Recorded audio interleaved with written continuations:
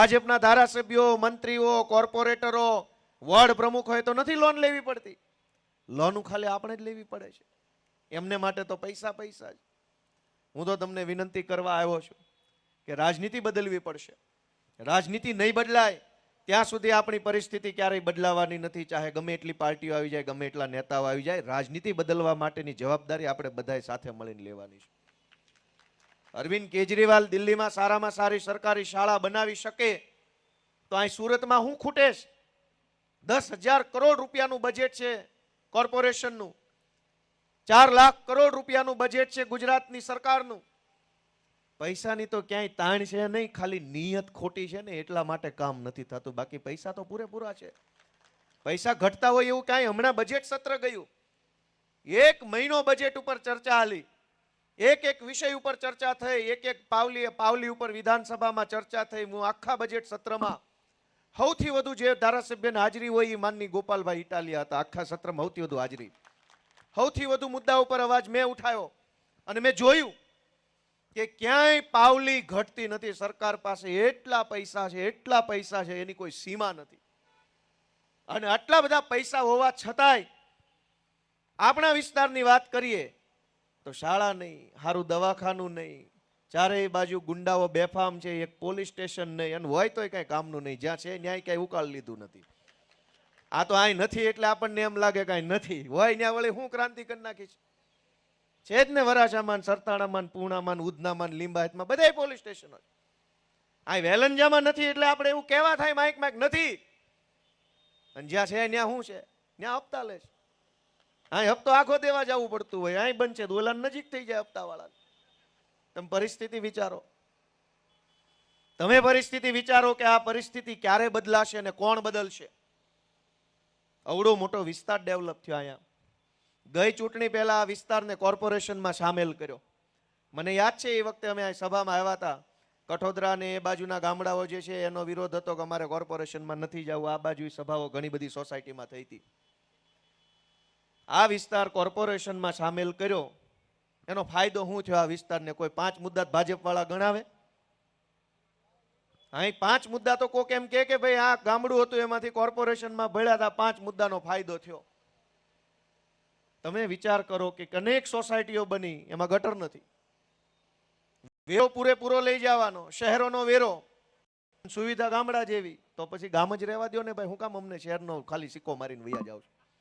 સુવિધા શહેર જેવી ન થાય, સિક્કો શહેરનો હું કામ? ગામનો સિક્કો રહેવા દો. પણ ધરાહાર ન માને, ચૂંટણીમાં એના મતદાનમાં જે કાંઈ કાવા દાવા કરવા હોય એ માટે થઈને શહેરમાં બેળવું. મારે તમને બધાને બહુ ટૂંકી વિનંતી એટલી કરવાની છે કે અમે બધા, અમારી આખી આમ આદમી પાર્ટીની ટીમ ગુજરાતની સામાન્ય જનતાનો લડાઈ લડી રહી છે. અમારી ઉપર ખૂબ અત્યાચાર જુલમ થયા, અમે ડરતા નથી. FIR, જેલ, પાસા, ગુજસી ટોક, આ ટોક, તે ટોક, કાંઈ વાંધો નહીં ભાઈ. સરકાર બદલાશે ત્યારે બધું અમે જોઈ લેશું વ્યવસ્થિત રીતે. પણ અત્યારે આ સંઘર્ષ કોના માટે છે? મારી પોતાની ઉપર એટલા બધા FIR, વોરંટ નીકળી જાય, ફોરંટ નીકળી જાય, પોલીસ આવે ને ઘરે આવે ને ડેલી આવે ને, કાંઈ વાંધો નહીં. પણ આ બધું કોના માટે?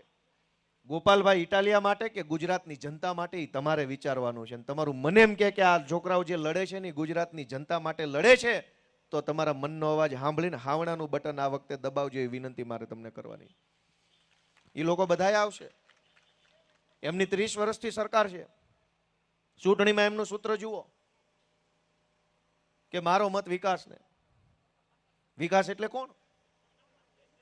વિકાસ એટલે કોણ? તમે વિકાસ એટલે 5 વસ્તુ બતાવો. ભાઈ વેલંજામાં કે સુરતમાં તમે આ 30 વર્ષથી સરકાર છે તો આટલા સ્પોર્ટ કોમ્પ્લેક્સ બનાવ્યા, સાયન્સની આટલી સ્કૂલો બનાવી, ઇંગ્લિશ મીડિયમની આટલી સરકારી સ્કૂલો બની, આટલા દવાખાના નવા ખુલ્યા, આટલા સ્ટેડિયમ બન્યા.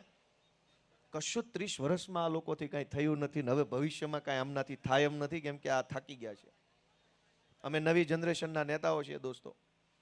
અમારી ઘણી ધગશ છે, ઘણું બધું કામ કરવું છે. તમારા આશીર્વાદ મળશે તો ઘણું સારું કરી શકીશ. વિસાવદરના લોકોએ અમને મત આપ્યો, આશીર્વાદ આપ્યા, તો એનું પરિણામ આખા ગુજરાતને મળ્યું. વર્ષોથી માવઠા આવે છે પણ કોઈ દિવસ ખેડૂતોને કાણી કોડી મળતી નહોતી. આ વિસાવદર વાળી થઈને પછી પહેલી વખત 10,000 કરોડનું પેકેજ આવ્યું ને અનેક ખેડૂતોના ખાતામાં પૈસા આવ્યા. જે લોકો ગામડે ખેતી સાથે જોડાયેલા છે પૂછજો ઘરે છેલ્લા 15-20 વર્ષમાં ક્યારેય કાણી કોડી સરકાર તરફથી આવી નહોતી. જેવી વિસાવદર વાળી થઈને કાન ફટામ 2 હાવણા મૂક્યા વિસાવદર વાળે બુદ્ધિ ઠેકાણે આવી ગઈ. આ લોકો હાવણા સિવાય માને એમ નથી. કેમ કે આ લોકો એટલા બધા પેધી ગયા છે કે હાવણા સિવાય નહીં માને. અને એટલે નિશાને એવું જ રાખ્યું કે વ્યવસ્થિત માને. 2 હાવણા મૂકો એટલે ઠેકાણે. અને તમારે એ જવાબદારી સંભાળવાની છે. મિત્રો, બહુ ચિંતાજનક માહોલ છે.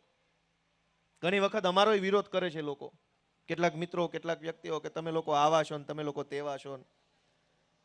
મારે એક વસ્તુ કેવી છે કે અમે ગમે એવા ખરાબ માણસ હશું, પણ અમને એક વાતનું ગર્વ છે કે અમે ડ્રગ્સના ધંધામાં સંડોવાયેલા માણસો નથી. આખા સુરતને ડ્રગ્સના રવાડે ચડાવ્યું છે ભાજપના માણસોએ. આપણે અહીં મહેનત મજૂરી કરીને જીવીએ. ઘરે બધી બહેનો બેઠી હોય, આખો દિવસ ટીકી લગાવે, દોરા ધાગા તોડે, આખું ઘર કમાય, અને આપણા જ પરિવારનો દીકરો કે દીકરી ક્યાંક નોક ચડવાની લતે ચડી જાય, એની જવાબદારી કોની? આપણે કમાવામાં ધ્યાન આપવું, છોકરા વાહે રખડવું, ક્યાં ભણવા જાય છે? એક તો ઘર આંગણે નિહાળ ન હોય, ઘર આંગણે કોલેજ ન હોય, ઠેઠ ઓલા છેડે ભણવા મોકલો, ન્યા જાય તો દરેક મા બાપને ચિંતા થાય. પોલીસ સ્ટેશનોમાં કોઈ આપણી ફરિયાદ સાંભળવા તૈયાર નથી. અમે ખૂબ વિરોધ કર્યો ડ્રગ્સનો, તો અમારી ઉપર FIR થઈ ડ્રગ્સનો વિરોધ કરવા બદલ. તમે બધાએ પોતાના મનથી વિચારો કે કોણ એવો મા બાપ હોય જે એમ ઈચ્છે કે અમારા છોકરા નશાના રવાડે ચડી જાય. અને જ્યારે અમે અહીંયા ગુજરાતમાં વાત કરીએ કે ભાઈ અહીંયા નશાના રવાડે છોકરા ચડે છે, બેફામ બધી વસ્તુઓ મળી રહે છે, દારૂ બેફામ મળી રહે, ડ્રગ્સ બેફામ મળી રહે, છોકરાઓ ઊંધા રવાડે ચડે, પછી એના મા બાપની પરિસ્થિતિ જે થાય છે ને કોઈને કહી નથી શકાતી. સમાજમાં આબરૂની બીક લાગ્યા કરે. પોલીસ સ્ટેશનોમાં ન કહેવાય ને સમાજના આગેવાનોને ન કહેવાય. આ મારી વાત સાચી છે કે ખોટી છે? તો આવડી મોટી સરકાર કામમાં શું આવે? આટલી મોટી પોલીસ વ્યવસ્થા, આટલું મોટું IB તંત્ર, આટલો મોટો ગૃહ વિભાગ, આટલા કલેક્ટરો, મામલતદાર